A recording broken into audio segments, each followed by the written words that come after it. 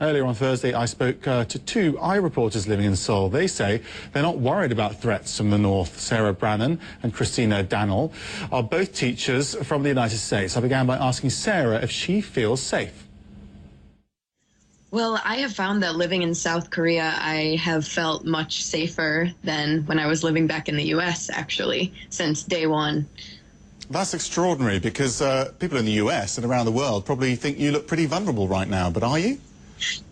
Exactly, but we're not at all. I feel totally comfortable, no concern for my safety at all. Christina, are your family and friends concerned? My family and friends are definitely concerned. I'm getting Skype messages and emails from them constantly asking me if everything's okay. But exactly like Sarah said, no one here is concerned. I do not feel any concern. Why aren't you concerned? There are threats coming from the north and you're very close. True. So one of the reasons I'm not concerned is because I've been talking with the other Korean co-teachers that I have here. And apparently the North has been making threats like these with their missiles or their nuclear missiles for like the last 60 years. And at first the South Koreans would go out and they'd get rice and stock up on goods and things like that. But when nothing came from it, they stopped listening and they've just completely ignored the threats. And I feel like, at least what I've heard, a lot of people here are saying that Kim Jong-un is just acting out because he's testing, since there's a new president, Park Geun-hye, that just recently took office, and she's a female. They just want to test this new administration and see what their strength is. The problem here, surely, is that he is a new leader and you don't know what he's going to be like and whether or not he will follow up his threats.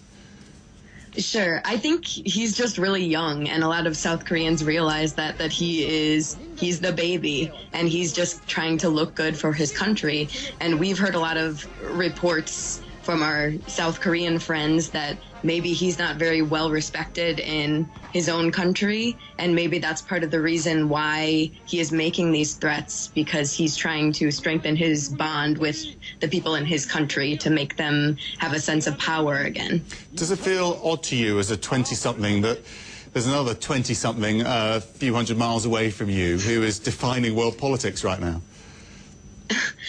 It's a little concerning, but it also kind of shows you that, you know, you have to learn a lot as you go through your life. And we don't really think that he's ready to lead a country like that. Christina, what sort of conversations are going on there then amongst South Koreans about the threat, the looming threat? What sort of typical conversations are you having with people there? Typical conversations as far as the Korean teachers go.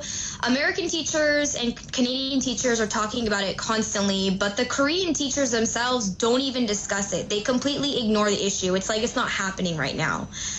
And the only time I have heard it mentioned is when they're making jokes about going out to buy things like ramen, which they're not serious. They're just completely jokes. They really aren't taking it seriously at all. And in terms of the world reaction, what do they make of that then? Something that they brought up, which was a good point, is that because the North has had this capability and they could attack or bomb South Korea for a while, they feel that the only reason now it's becoming a huge issue is because the United States was mentioned, and now there is a possibility that the missiles can reach the United States. And so it's become like world news all of a sudden. But South Korea's been living with this, like, quote-unquote fear for the last 60 years, so they see no difference in it. Sarah, do you think you can convince your family that you're going to be okay? I think I've done my best at saying that.